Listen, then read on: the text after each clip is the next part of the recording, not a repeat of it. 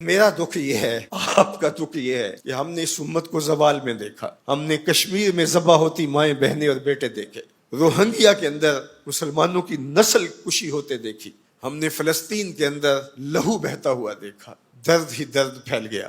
آج ان یتیموں کے سر پہ کوئی ہاتھ رکھنے والا نہیں ہے۔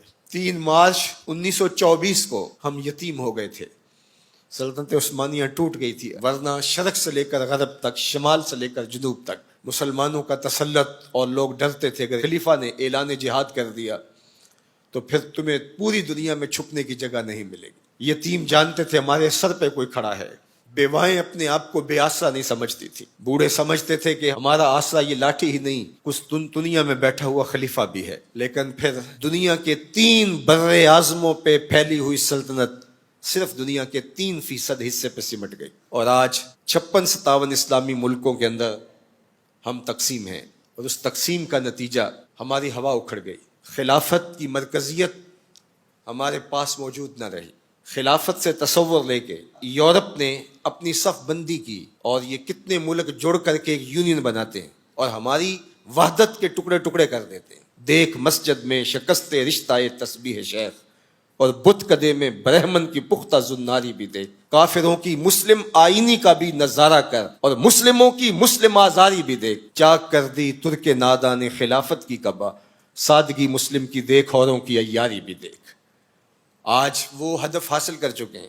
آج فلسطین کے اندر قیامت ٹوٹی ہوئی ہے، دنیا کا میڈیا خاموش ہے، یہ جو خبریں ہمارے تک پہنچ رہی ہیں یہ باقاعدہ سینسر ہو کے آ رہی ہیں۔ یہ سوشل میڈیا کی وجہ سے کچھ تصاویر آ جاتی ہیں، کچھ بلکتے روتے بچے، کوئی بین کرتی مائیں اور کوئی فریاد کرتے بوڑھے ہماری جانب دیکھ رہے ہیں۔ ہماری جانب کیوں دیکھ رہے ہو؟ ہم تمہاری مدد کو نہیں پہنچنے والے۔ گلی میں 3 اوباش کھڑے تھے تو کھڑے کھڑے ان کی شرط لگ گئی کہ دیکھتے ہیں ہم میں سے سب سے بڑا بے غیرت کون ہے۔ تو یہ ثابت کرنے کے لیے گلی میں ایک بوڑھی خاتون آ رہی تھی جس کے ہاتھ میں ڈنڈا تھا، اور اس کو ٹیک ٹیک کے چل رہی تھی۔ ایک اوباش آگے بڑھا اور اس بوڑھی خاتون کے بڑھاپے کا لحاظ کیے بغیر اس کو دھکا دے دیا، وہ گر گئی۔ بہت بڑی بے غیرتی کا اس نے ثبوت فراہم کر دیا۔ لیکن دوسرا آگے بڑھا اور اس نے اس گری ہوئی بوڑھی خاتون کے اوپر ڈنڈے برسانے شروع کر دیے۔ اب تیسرے کی باری تھی، لیکن وہ ساکت کھڑا تھا، اور وہ بوڑھی خاتون تھوڑا سا سنبھلی اور اس نوجوان کو کہتی ہے تو سب سے بڑا بے غیرت ہے۔ تو ان 2 نوجوانوں نے پوچھا کہ کارنامے تو ہم نے سر انجام دیے، اور سب سے بڑے بے غیرت کی ڈگری تم لے گئے ہو، اور یہ بھی تمہیں کہہ رہی ہے۔ کہا تم نہیں جانتے یہ خاتون میری ماں لگتی ہے۔ آج اسرائیل نے ان کو مارا، برطانیہ کا وزیر اعظم جنگی جہاز کے اوپر بیٹھ کے ان گرے ہوئے مفلوک الحال لوگوں پر بم برسانے کے لیے خود پہنچا، لیکن وہ کہہ رہے امت مسلمہ تم بے غیرت ہو، ہم تمہاری مائیں لگتی ہیں، ہم تمہاری بہنیں لگتی ہیں،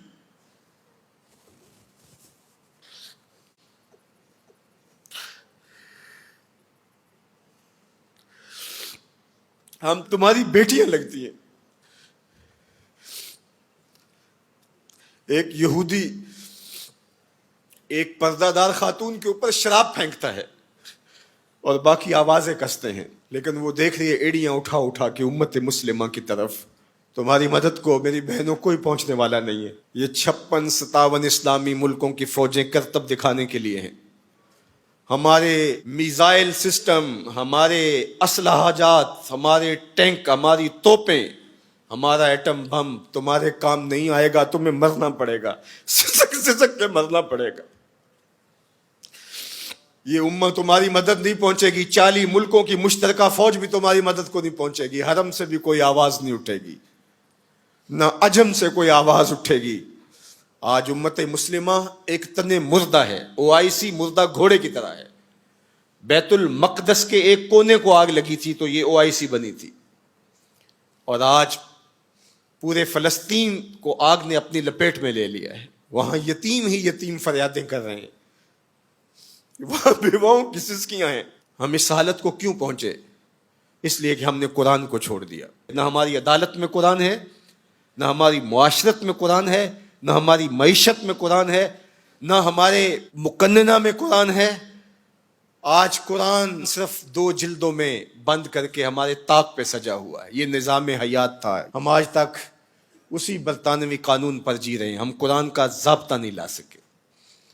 56-57 اسلامی ملک. مجھے بتاؤ آج کسی کو کوئی کہیں سے نکال دے تو دوسرا ملک نیشنلٹی دے دیتا ہے, اس کو شہریت دے دیتا ہے. آج اسلام کو ملک بدر کیا گیا. بتاؤ 56-57 اسلامی ملکوں نے کس نے اس کو شہریت دی ہے؟ کہاں جمہوریت, کہیں بادشاہت, کہاں شخصی نظم. 56-57 اسلامی ملکوں میں اسلام گھومتا رہا. میں غریب الدیار ہوں, مجھے شہریت چاہیے, لیکن کسی نے اسلام کو قبول نہیں کیا.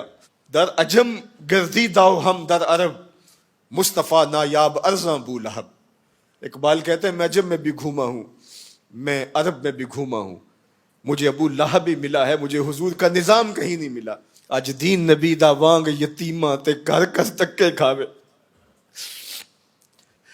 اے فلسطین کے یتیموں, تم اکیلے یتیم نہیں ہو. اس وقت اسلام بھی غریب الدیار ہے, اس کا کوئی وطن نہیں ہے. آج اسلام اپنے نظام کے ساتھ کہیں موجود نہیں ہے, اور یہ پستی اور یہ زبوحالی, یہ ذلت, یہ نکبت, یہ رسوائی ہمارا مقدر کیوں نہ ہو, قرآن سے دوری کے نتیجے میں رسوا ہو گئے. ہمارے دردوں کا مداوا قرآن ہی ہے, ہمارے دکھوں کا علاج قرآن ہی ہے. گر تو می خواہی مسلمان زیستن, نیست ممکن جز بقرآن زیستن. اقبال نے کہا اگر تو مسلمان بن کے جینا چاہتا ہے تو قرآن کے بغیر نہیں جی سکتا. اور پھر آگے چل کے کہا فاش می گوئم آن کے در دل مزمرست, این کتاب نیست چیزیں دیگرست. کہا جو میرے سینے میں پوشیدہ ہے میں کھل کے نہ کہہ دوں, یہ کتاب نہیں کوئی اور ہی شے ہے. یہ زندگی بانٹ دیتی ہے, یہ اٹھا دیتی ہے گری ہوئی قوموں کو. اللہ اکبر. تو ہم نے اس قرآن سے جڑنا ہے,